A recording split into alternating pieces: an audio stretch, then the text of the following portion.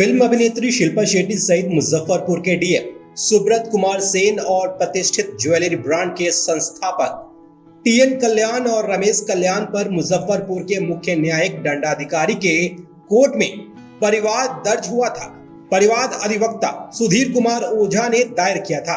अधिवक्ता सुधीर कुमार ओझा ने बताया कि 7 अक्टूबर को शहर के कलमबाग चौक पर ज्वेलरी शॉप के उद्घाटन के दौरान मुख्य अतिथि के रूप में फिल्म जगत के जानी मानी अभिनेत्री शिल्पा शेट्टी उद्घाटन समारोह में पहुंची थी। वहीं उद्घाटन समारोह के दौरान वहां पर लगे ट्रैफिक सिग्नल को भी बंद कर दिया गया, जिससे आम लोगों को कई घंटे तक कठिनाइयों का सामना करना पड़ा। वहीं इस मामले में अब कोर्ट ने एसएसपी के माध्यम से काजी मोहम्मदपुर थाना अध्यक्ष को सो कॉज नोटिस जारी किया है। अधिवक्ता ने बताया कि इस मामले की जांच कर रिपोर्ट की मांग कोर्ट द्वारा की गई थी।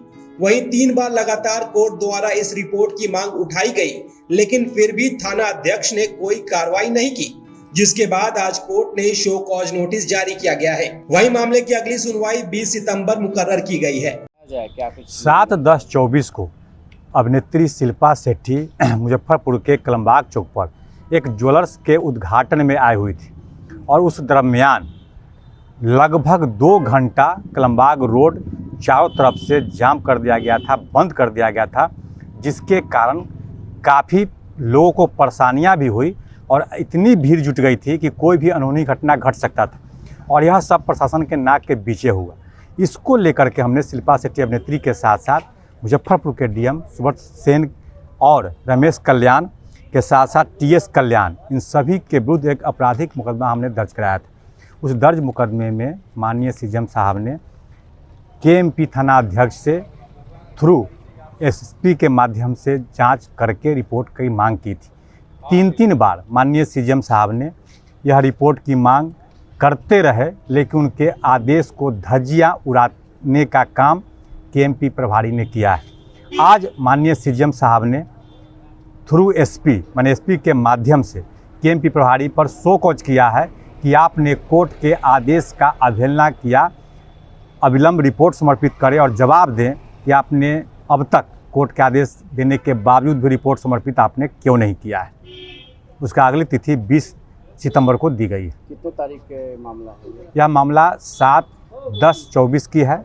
हमने 8/10/24 को माननीय सीएम साहब के यहाँ एक मुकदमा आपराधिक इन सभी के विरुद्ध दर्ज कराया था। किन लोगों पर कराया गया? शिल्पा शेट्टी के साथ साथ मुजफ्फरपुर के जो डीएम है सुब्रत सेन और रमेश कल्याण जो ज्वेलर्स के डायरेक्टर हैं, उसके साथ साथ टीएस कल्याण जो ज्वेलर्स के मालिक हैं, इन सभी के विरुद्ध यह आपराधिक मुकदमा हमने दर्ज कराया था।